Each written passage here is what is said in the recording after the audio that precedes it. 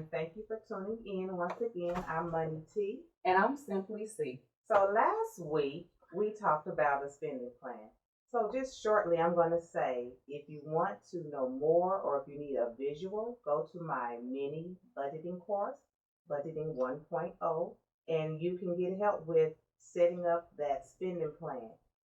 You can find that on my Facebook page at Budgeting Behaviors, and it will be a link for you to enroll. So today we are so excited that we have some special guests. Yes, we are going to be talking with Melanie and Shay from Johnson and Curry Accounting. Ladies, why don't you go ahead and introduce yourselves? Okay. Yep, Johnson. All right, I'm Johnson. My name is Denetrika Johnson. I go by Shay. I am an accountant for Johnson and Curry Accounting. Melanie and I, we started this business together about a year ago. Prior, I worked for the University of Missouri for an accountant for about 4 years. And then I moved on to insurance. And then also Waddell and Reed was the last job that I worked for. And I also, Tiffany, or Simply T, was my lead at the time. And I get to kind of work with her again. And that's it for me. You go, Melanie. I'm Melanie Curry, Curry and Johnson and Curry. My background is all in accounting. I went to school in Chicago, graduated from DePaul with my degree in accountancy, and then started working out of college. I worked for Pepsi in their external reporting, and then moved on to working for the railroad in Kansas City. And now I work in financial services. So that's my background, is mostly in reporting and always been in accountancy. So These ladies got some credentials. Oh, thank Yes. Shoot. Yeah. I can't wait to learn. Okay, right. So and it's tax season, so we thought it would be the perfect time to bring you guys in and share some of your valuable information with Yes. our listeners. So I want to start with these stimulus checks. Okay. What do these things, this extra money mean for our taxes? What is it going to help us? Is it hurt? Is it going to do anything for us? And I also want to know too, for those of us that didn't get a stimulus Mhm. check, is it going to be like, do we benefit from that some kind of way? Yeah, you do. I'll answer Simply C's question first. And with the stimulus check, you will those that didn't receive the stimulus check, if you didn't receive the stimulus check, there's nothing, I mean, there is something for you to do as it relates to your tax return, and we'll go over that. But if you receive both of your stimulus checks, there's nothing for you to do. If you didn't receive it, you will have to either fill out a form on your tax return, and there's it's called a recovery rebate credit that you fill out. And if you're unfamiliar with this form, a tax preparer can help you with that. You will fill out that form and you will receive your stimulus check that way. It's either for the first one or the second one. Really? Just say you didn't receive the first one, you fill it out for the second one. So even if you don't qualify, you can So this is for people This is for that qualified but didn't receive yes, it. people that Okay. qualified and didn't receive it.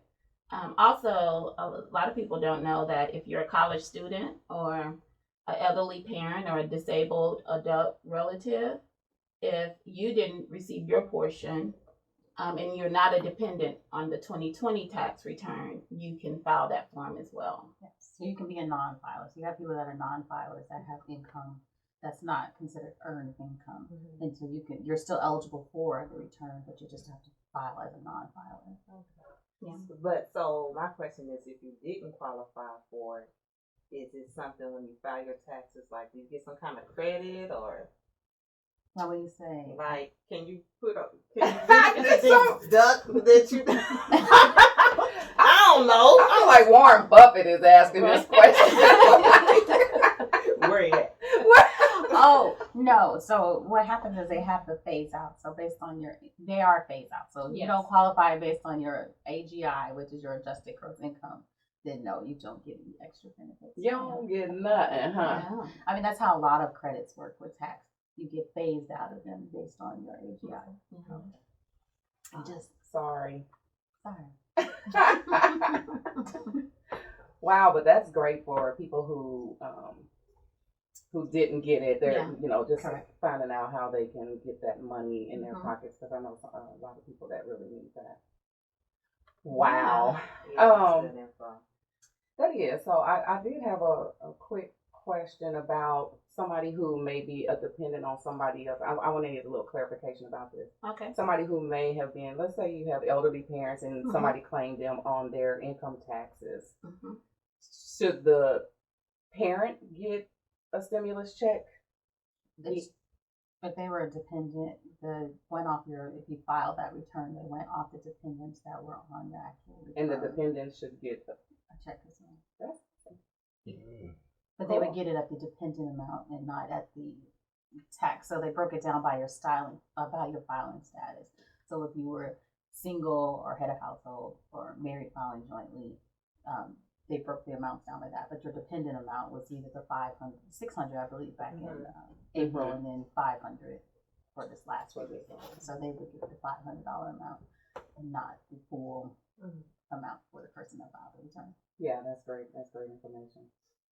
So another thing that's I think is going to affect people now is unemployment. Mhm. How does that play a role in the 2020 taxes? Sorry. Unemployment is earned income, so it is all completely taxable. I know in some states, like in Kansas, they don't automatically withhold taxes. Missouri, the same way. So if you did not have taxes withheld from your unemployment, when it comes to filing your return, you may either owe or your refund may not be as high as it was the year before. So what happens is the higher your income, the higher your tax liability. So if you have higher income with no taxes being withheld, then that will affect your return. I don't think people are ready for that, or Right. know that information, Yeah. and thinking it's like free money. No, definitely no. Unemployment is never free money. Right.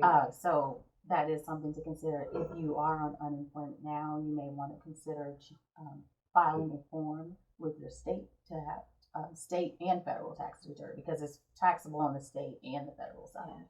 So you may want to submit that form to start having Yeah. taxes taken out of your check. Y'all got my mouth open, and I think They we need still in their the money first back. 10 minutes.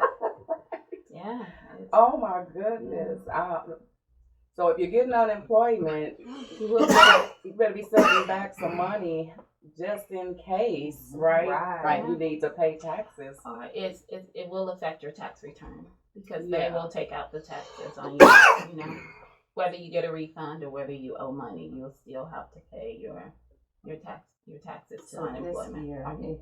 this year, if you were expecting a return as high last year and then you went on unemployment, Mm-hmm. your refund just may not be as high as well. So, Right. Or you may owe. It Yeah. just depends on your refund amount. Wow. Yeah. That's some valuable stuff right there. Yes. So what are some of the tax implications of working from home? I think starting, you want me to, I can start. Back in 2017, you used to file on the Schedule A, itemized deductions. You could deduct expenses related to working for an employer from home. Well, they removed that, so you're no longer able to deduct any expenses related to working at home if you work for an employer. So if I work from home for, I don't know, you could say for the city of Kansas City, and I work from home, and I had to buy a computer and I had to buy a chair, those things you cannot deduct. But However, you may have to file more than. If you worked in a different state. Just say you worked in Kansas, Mm-hmm. but your employer is located in Kansas City. You'll have to pay that 1% tax. Wow. Yeah. So it or you may have to file you'll have to file more than one state return as well.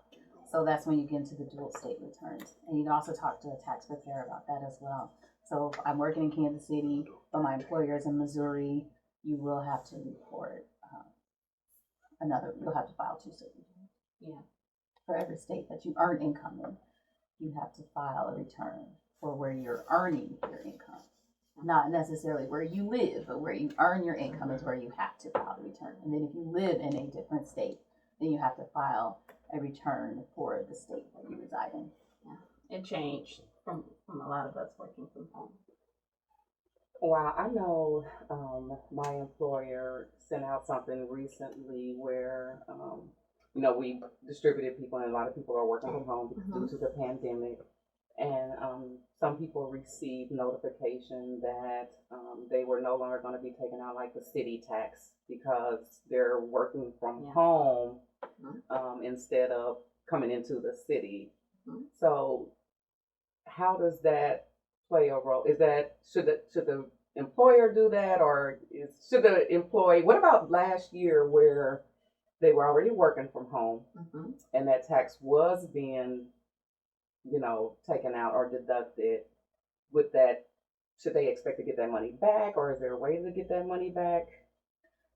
Well, the way the earnings tax works is if you reside in the city, Kansas City, within Kansas City limits, or if you earn income within the Kansas City limits. So it doesn't matter if you live outside of the Kansas City area, as long as you're working or earning funds, you do have that 1% earnings tax. So if your employer does not withhold it, you are still responsible for paying that tax if you're earning the money within the city limits. But if you're working from home and you're no longer earning the money within Kansas City limits, then you don't owe that tax.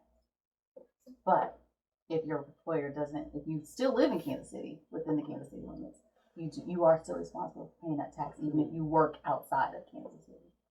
So it is your responsibility to go on their website and file that online. And the tax preparer, we can help you with that as well. Wow. Yeah, because I have an example. My husband, his company is in Chicago, but he works in Kansas City, so he has to pay that 1%. Yes. But Chicago, they don't take it out. No. So even if your employer does not take it out, and then even for myself, I live in Kansas City, Missouri, but I work in Mission, Kansas. But I'm still responsible for paying that 1% tax because I reside in the Kansas City limits. So you do have to make sure that, and it's not one of those things they catch automatically, and they can go back 5 years and collect on that. So you may not get audited right away. They may take, 2 to 3 years to catch up with you. And then plus interest. Yes, interest and penalty. So Crazy. yes, They'll get you if They you will. don't know. The lack People of knowledge. perish for the lack of knowledge. Yes. Yes, that is crazy. And that's how you can get caught up in that spiral of always owing, if you will. And it's just from a lack of knowledge. So, man, you ladies are just making it rain with knowledge over here. Thank you. So we're going to take